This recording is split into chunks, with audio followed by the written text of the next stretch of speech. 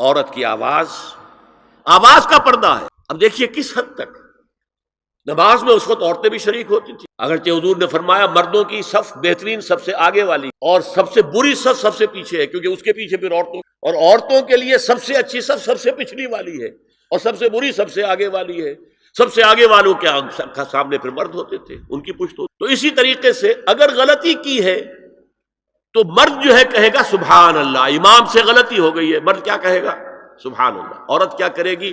اپنے ایک ہاتھ کے پشت پر اپنا ہاتھ مارے گی، اپنی آواز نہیں نکالنی۔ آواز کا پردہ، چھونے کا پردہ یہاں تک ہے کہ حضور نے کبھی کسی عورت سے ہاتھ نہیں ملایا، اور آپ جب بیعت بھی لیتے تھے تو بس زبانی الفاظ کہلوائے اور کہا ٹھیک ہے بیعت ہو گئی، یا ایک کپڑا پکڑا، اس کا ایک سرا اپنے ہاتھ میں دوسرا سرا یا ایک تشت کے اندر پانی بھرا، اس میں ایک طرف اس نے انگلیاں ڈال لی اور ایک طرف، لیکن مسافر لا اسافع النساء۔ ایک دفعہ ہوا بھی کہ بعض خواتین نے جب بیعت کی ہے تو پھر انہوں نے ہاتھ آگے بڑھایا مسافے کے لیے، حضور نے فرمایا انی لا اسافع النساء، میں عورتوں سے مسافہ نہیں کرتا۔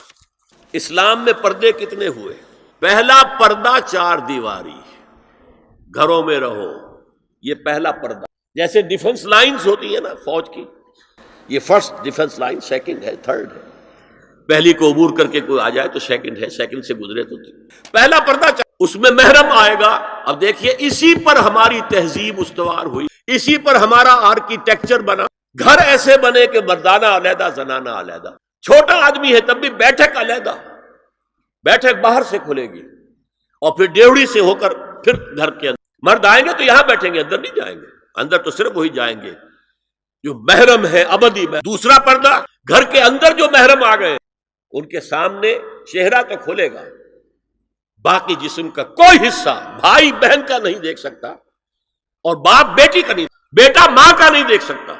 عورت پوری کی پوری عورت ہے۔ عورت کہتی ہے چھپانے کی چیز کو، عورات النساء، عورتوں کی چھپی ہوئی چیزیں جن پر ظاہر نہیں ہوئی، لم یظہروا علی عورات النساء، ابھی تک ہم نے لفظ پڑھایا۔ تیسرا پردہ ہے چہرے کا، یہ ہے غیر محرموں سے، اور جب کہ گھر سے باہر نکل اس کے لیے سورہ احزاب میں نے کہا تھا گھر سے باہر کا پردہ، چہرے کا پردہ وہ غیر محرموں سے ہے، اور گھر سے باہر نکلے گی تو غیر محرم سامنے آئے۔ یا ایھا النبی قل لازواجک وبناتک ونساء المؤمنین یدنین علیہن من جلابیبہن ذالک ادنی ان یعرفن فلا یؤذین وکان اللہ غفورا رحیما۔ اے نبی صلی اللہ علیہ وسلم کہہ دیجئے اپنی بیٹیوں سے اور اپنی بیویوں سے اور مسلمانوں کی خواتین سے۔ اب دیکھیے یہ سورہ احزاب ہی میں ہو رہا ہے، شروع میں یا نساء نبی سے بات چلی، استیزان بھی صرف نبی کے گھر میں داخل نہ